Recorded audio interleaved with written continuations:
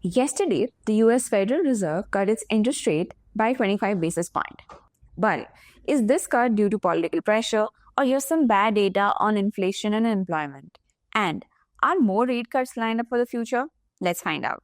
And for the second story, IDBI Bank's officer has suggested the bank should be merged with the PSU Bank.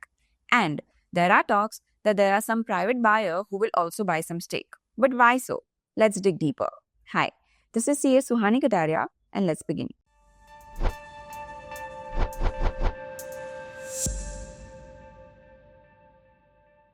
The US Federal Reserve cut its main interest rate by 0.25 percentage points, setting the new target range at 3.75 to 4%. This is the second interest rate cut this year, and it takes borrowing cost to their lowest level in 3 years. The Fed said that the primary reason for this move was growing concern about the US labor market, while inflation worries played the secondary role.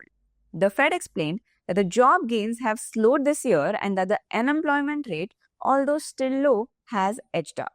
Chair Jerome Powell described that the labor market as less dynamic and somewhat softer than earlier this year. The Fed also placed a lack of official data because a prolonged US government shutdown delayed important releases like the monthly job report, which pointed to weak hiring, including an estimate that the economy lost 32,000 jobs in September. Because of these uncertainties, Powell said that the making policy now is like driving in fog, and when you drive in fog, you slow down. The decision was not unanimous, which shows how divided policymakers are about the correct pace of easing. Inflation worries remain present, but they are less pressing than they were earlier in the year. The September inflation reading came in around 3% year on year, which was slightly lower than expected, but they are still above the Fed's 2% target. This gave the Fed more room to support the labor market without appearing to ignore inflation risk. Alongside the rate cut, the Fed announced an important balance sheet move. From 1st December, the central bank will stop shrinking its holding of government bonds and mortgage-backed securities. In practice, this means the Fed will reinvest maturing securities rather than letting the portfolio run off further. This step is intended to ease funding strains and add some liquidity back into the financial system. This was the most major update. Looking ahead, the policy path is intentionally cautious and entirely data dependent. Powell clearly stated that another rate cut at the December meeting is not a foregone conclusion.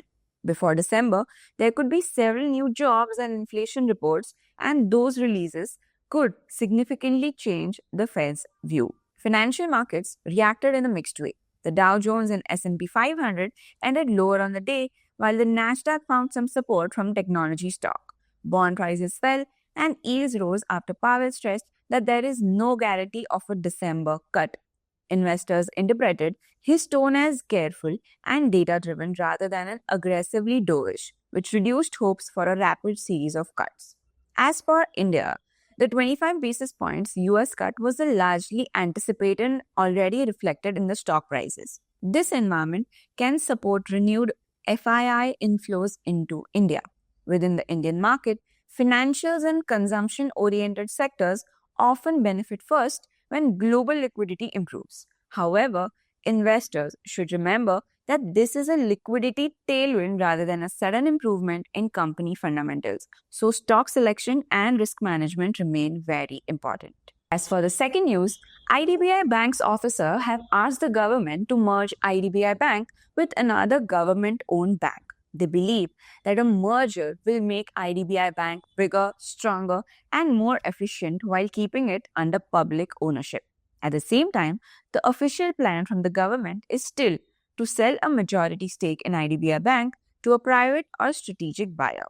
Right now, the sale plan is the main path. The government expects financial bids in October to December 25 and aims to finish the deal within FY26. Unless the government clearly changes its stance, privatization remains the base case. IDBI Bank's financial health has improved. The bank has high capital, cleaner loans, and steady profits, even though margins have cooled off a bit. This stronger balance sheet gives the bank room to grow under either outcome. If the bank is sold to a private or strategic buyer, investors may get a control premium because the new owner is paying to take charge. A capable buyer could, however, improve technology, products, and profitability, which can support the stock over a long period of time. The main risk is execution because integrating systems, culture, and teams can be a bumpy at the start. If the bank is merged with a public sector bank, the deal would usually happen through a share swap based more on book value and basic bank metrics. The combined entry could save cost by reducing overlaps, sharing technology, and improving deposit strength and reach. IDBI Bank's extra capital can help the merged bank grow faster. The risk is that large mergers take place to settle, often 12 to 24 months, and if the partner trades at a lower valuation, the near-term stock reaction can be mixed even if the long-term picture improves. Investors should watch for any government signal that the plan is shifting from a sale to a merger. They should also look at which bidders show up and at what price, because strong bidders can reset expectations. LIC steps to adjust and reduce its stake will matter for deal mechanics and market liquidity. Quarterly results will remain important since stable margin, deposit growth, and low bad loans support better outcomes in both parts. The tone from employee unions and political stakeholders can also speed up or slow down decisions. The simple bottom line is that the employees want merger with another government bank to keep IDBI Bank public and make it stronger, while the government's current plan still points to a strategic sale, with bids expected in late 25 and completion targeted in FY 26. Both routes can create value if executed well, but they have different valuation logic, timeline, and risk. Now let's go to the newsflash section, and as we know, it's the earnings season. Let's look at some of the results, where we can see that Carbodum Universal reports mixed Q2 results with revenue growth but profit decline. Then we can see ITC reports 3% net profit growth to 5,126 crores despite 1% revenue decline. Bandhan Bank reports 88% decline in Q2 net profit to 1.12 billion rupees. Then we can see TD Power Systems reports strong Q2 growth with 46% jump in net profit. And lastly, IEX reports strong Q2 performance with 13.9% growth in net profit. Now, let's go to the Insights tab and look at the heat map for today, where we can see it is all red. Why it is red, we'll look at it in some time. But let's look at the top losers today first. We can see that Cipla is down by 2.59%. Dr. Reddy's Laboratory is down by 3.89%. We can see Reliance is down by 1%. Bharti Airtel is down by 1.63%. Indigo is down by 1.5%. HDFC Life Insurance is down by almost 2%. We can see Bajaj Finance is down by 1%. TCS is down by 0.73%. Infosys is down by 1.1%. So these have been the top losers for today. If we talk about top gainers, which are very few, we can see Larsen & Toubro, which is L&T, is up by 0.74%. Nestle is up by 0.54%. Hindalco is up by 0.6%. Coal India is up by 1.5%. And Bharat Electronics is up by 0.66%.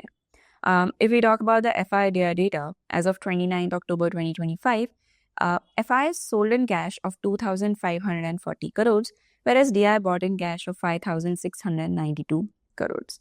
If we talk about today's top deliveries, the 5 top deliveries are Ultratech Cement, Hindustan Unilever, Bajaj Finance, Power Grid Corporation of India, and Eicher Motor, which range from 79% to 70%.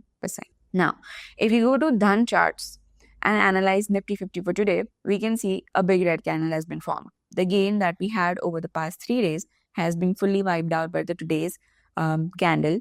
And there are a few reasons that all the sectors, especially pharma sector and the finance sector, the Fin Nifty, has not performed well and has dragged Nifty down. Also, the commentary of Jeremy Powell has led the fall in the market. The rupee is at a very crucial stage, and that is why we can see that the stock market has fallen today.